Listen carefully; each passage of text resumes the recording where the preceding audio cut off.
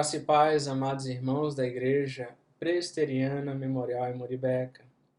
Sou o pastor Diego Penha e gostaria de convidá-los nessa feita a continuarmos nossos estudos em 1 Pedro.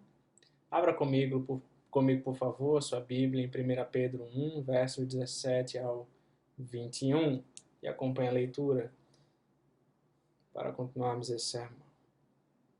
1 Pedro, capítulo 1, versos 17 ao 21, diz assim: Ora, se invocais como Pai aquele que, sem acepção de pessoas, julga segundo as obras de cada um, portai-vos com temor durante o tempo da vossa peregrinação, sabendo que não foi mediante coisas corruptíveis como prata ou ouro que fostes resgatados do vosso fútil procedimento que vossos pais vos legaram, mas pelo precioso sangue como de cordeiro sem defeito e sem mácula, o sangue de Cristo, conhecido com efeito antes da fundação do mundo, porém manifestado no fim dos tempos, por amor de vós, que por meio dele tendes fé em Deus, o qual ressuscitou dentre os mortos e lhe deu glória, de sorte que a vossa fé e esperança estejam em Deus. Vamos orar, meus irmãos.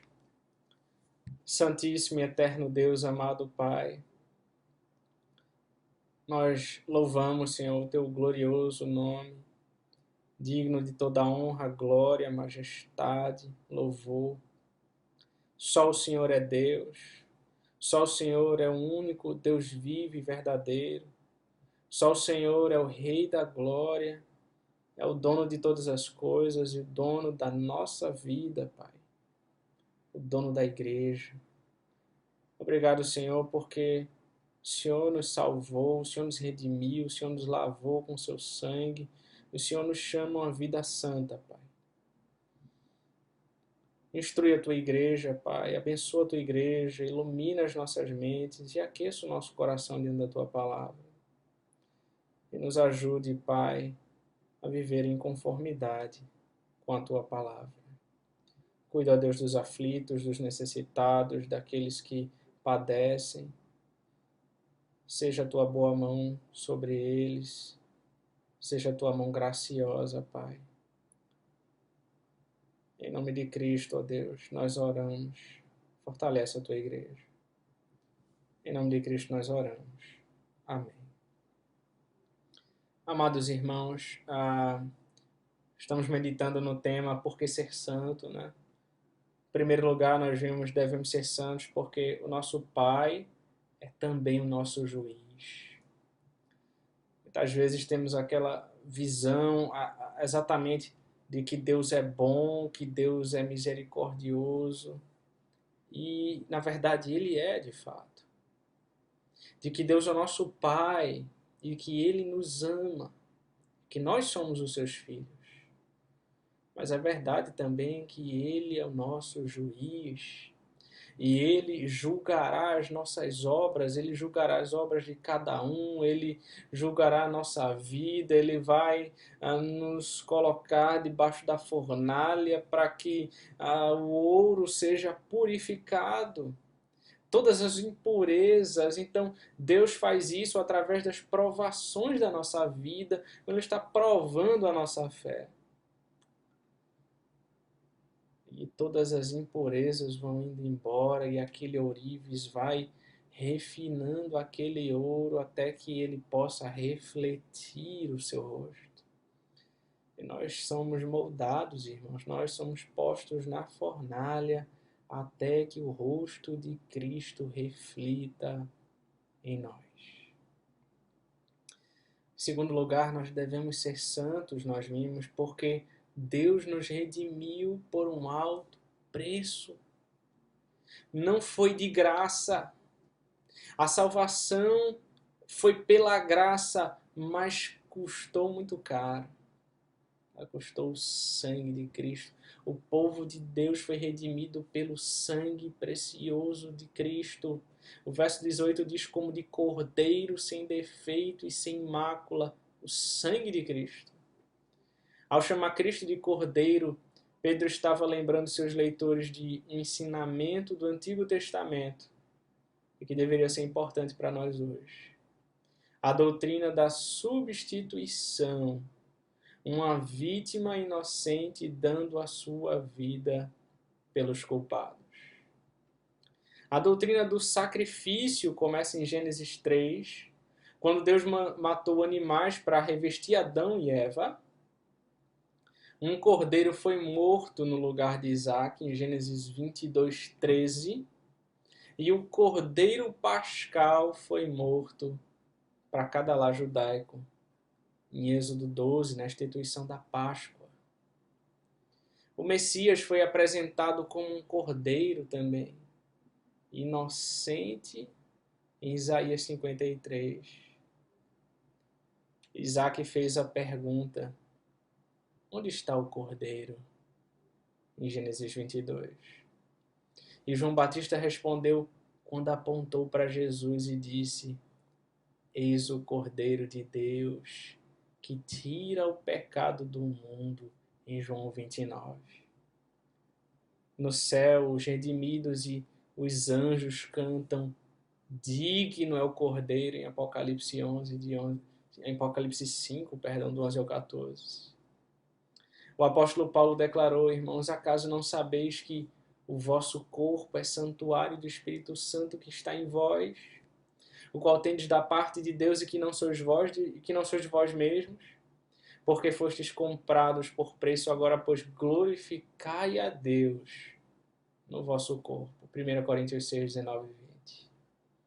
Assim, irmãos, vivem em pecado após reconhecer o alto preço pago, seria semelhante a uma mulher cujo marido amava muito, entregou sua própria vida para salvá-la de um assassino. Após o funeral, ela procura o assassino cruel e mantém um romance com ele. Veja como isso é algo terrível. Isso é precisamente o argumento de Pedro. Porque Deus nos redimiu por um alto preço, não deveríamos brincar com o pecado para o qual Cristo derramou seu sangue precioso. Terceiro lugar, irmãos, nós vimos primeiro que devemos ser santos, porque nosso Pai é também nosso juiz. Segundo, devemos ser santos porque Deus nos redimiu por um alto preço. Terceiro, devemos ser santos porque Deus nos redimiu para uma viva esperança. Veja comigo os versos 20 e 21. Conhecido com efeito antes da fundação do mundo, porém manifestado no fim dos tempos por amor de vós, que por meio dele tendes fé em Deus, o qual ressuscitou dentre os mortos e lhe deu glória, de sorte que a vossa fé e esperança estejam em Deus. Pedro declara, irmãos, que o Senhor Jesus foi conhecido com efeito antes da fundação do mundo. Ou seja, Jesus não derramou seu sangue na cruz por acidente.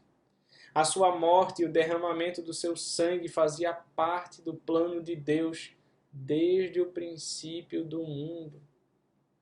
Em primeiro lugar, Deus planejou a redenção do seu povo antes da fundação do mundo. A cruz não foi determinada depois que o homem caiu em pecado. Na verdade, Deus ordenou a salvação antes da criação da raça humana. A palavra conhecido, prognóstico, em grego, não se refere somente a Deus, conhecendo de antemão, mas implica o seu propósito. Ou seja, o plano da redenção precede a criação. Em seu sermão no dia de Pentecostes, Pedro disse: sendo este entregue pelo determinado desígnio e presciência de Deus, vós o matastes, crucificando-o por mãos de iníquos. Pedro deixou claro que a morte de Cristo foi um encontro, não um acidente, pois foi ordenado por Deus antes da fundação do mundo. A partir da perspectiva humana, irmãos, nosso Senhor foi cruelmente assassinado, mas a partir da perspectiva divina, ele deu sua vida pelos pecadores, de acordo com João 10, 17 e 18. Jesus Cristo disse em João 10, por isso o Pai me ama, porque eu dou a minha vida para reassumir. Ninguém a tira de mim, pelo contrário, eu espontaneamente a dou. Eu tenho autoridade para entregar e também para reavê-la. Este mandato eu recebi de meu Pai. Na cruz, Jesus Cristo deu a sua vida por mim e por você. Mas ele não permaneceu na morte. Ele ressuscitou dos mortos. E agora aquele que confia nele será salvo por toda a eternidade. Segundo, Deus planejou a redenção ao manifestar o Senhor Jesus ao seu povo. Verso 20. No momento apropriado da história humana, em cumprimento das profecias do Antigo Testamento, Deus enviou o seu Filho ao mundo. Deus o Pai inaugurou esse tempo no fim, em sua encarnação, e consumará esse tempo em sua segunda vinda. Quando jovem, a ainista francês Ridley Havergal, ela viu uma imagem de Cristo crucificado com a frase: eu fiz isso por ti, que fizeste por mim. E rapidamente ela escreveu um poema, mas insatisfeita o jogou na lareira. O papel permaneceu ileso. E mais tarde, por sugestão de seu pai, ela publicou o poema e hoje nós cantamos. Morri na cruz por ti, né? Morri para te livrar, meu sangue ali verti, e posso te salvar. Morri na cruz por ti, que fazes tu por mim? Morri na cruz por ti, que fazes tu por mim? Vivi assim por ti, em dor e de sabor, e tudo fiz aqui para ser teu salvador. Sofri na cruz por ti, a fim de te salvar. A vida consegui, e agora tá a voltar. Eu trouxe a salvação, dos altos céus favor. É livre o meu perdão, é grande o meu amor. E o refrão então ecoa em nossas mentes, irmãos. Morri na cruz por ti, que fazes tu por mim? O que você tem feito por mim? Pelo teu Redentor. Terceiro, irmãos, Deus planejou a redenção para que o seu povo vivesse em esperança. Veja, por fim, a redenção é de Deus, porque Deus completou a redenção ao ressuscitar Jesus Cristo e dar-lhe glória. Cristo morreu por sua causa. Se você confia em Cristo, é porque Deus transmitiu a fé salvadora a você através de Cristo. Efésios 2,8 diz que porque pela graça sois salvos mediante a fé, isto não vem de vós, é dom de Deus. Tudo que você pode fazer é humildemente dar glória a Ele. Além disso, a ressurreição de Cristo prova que Deus é capaz de ressuscitar os mortos. Logo, os crentes têm uma esperança inabalável de que um dia Deus vai ressuscitá-los e recebê-los na glória. O apóstolo Paulo lembrou os romanos da esperança dos crentes. E não somente ela, mas também nós, que temos as primícias do Espírito, igualmente gememos em nosso íntimo, aguardando a adoção de filhos, a redenção do nosso corpo, diz Romanos 8:23. Em Filipenses 3:20 e 21 está escrito: pois a nossa pátria está nos céus, de onde também aguardamos o Salvador, o Senhor Jesus Cristo, o qual transformará o nosso corpo de humilhação para ser igual ao corpo da sua glória, segundo a eficácia do poder que ele tem de até subordinar a si todas as coisas. Em 1 João 3,2 diz: amados, agora somos filhos de Deus, e ainda não se manifestou o que haveremos de ser. Sabemos que quando ele se manifestar, seremos semelhantes a ele, porque haveremos de vê-lo como ele é. Pela fé, os santos desfrutam atualmente da redenção, as primícias do Espírito, e eles esperam pela redenção o corpo de todos os demais efeitos da queda. À luz da nossa grande redenção do pecado e da morte, irmãos, a redenção esta que custou a morte do Filho de Deus, o seu sangue precioso, a redenção que Deus, quando ainda éramos os seus inimigos, independentemente de qualquer merecimento, nós devemos viver em santa reverência diante dele.